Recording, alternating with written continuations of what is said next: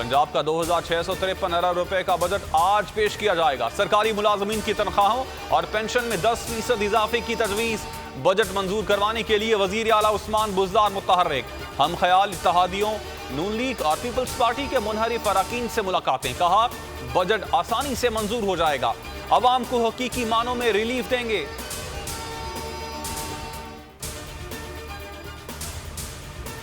कौमी असम्बली में आज से बजट पर बहस का आगाज होगा। गर्मा गर्मी का इम्कान। हुकूमत को टफ टाइम देने के लिए ऑपोजिशन एक पेज पर। बिलावल भुट्टो ने दावा किया मुल्क में महंगाई का नया सुनामी आने वाला है। फवाद चौधरी कहते हैं शहबाज शरीफ के पास बजट के खिलाफ बोलने के लिए कुछ नहीं। इमरान खान की हिकमत अमली ने उन्हें क्लीन बोल्ड कर दिया।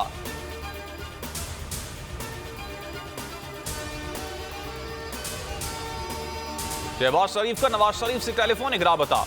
बिलावल भुट्टो से मुलाकात पर एतमाद में लिया। कहा पीपल्स पार्टी और एएनपी बजट की मंजूरी रुकवाने हमारे साथ हैं।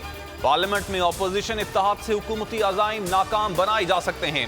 नवाज शरीफ बोले बजट पर हुकूमत को टफ टाइम दिया जाए, ये अवाम दुश्मन बजट है। तहफ़्फ़ुज़ात हैं फिर भी बजट की मंजूरी के लिए वोट देंगे। काफ लीग का मरकज और पंजाब में बजट पास करवाने में हुकूमत का साथ देने का फैसला।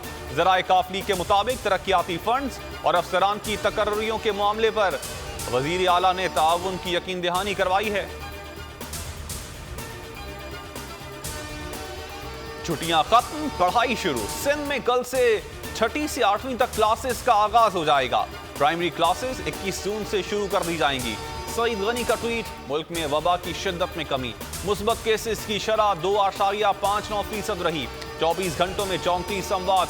कराची एक्सपो सेंटर में पैसे लेकर 2000 वैक्सीनेशन सर्टिफिकेट जारी होने का इंकशाफ। मुकदमा IT ऑपरेटर मोहम्मद आजम खान के खिलाफ दर्ज।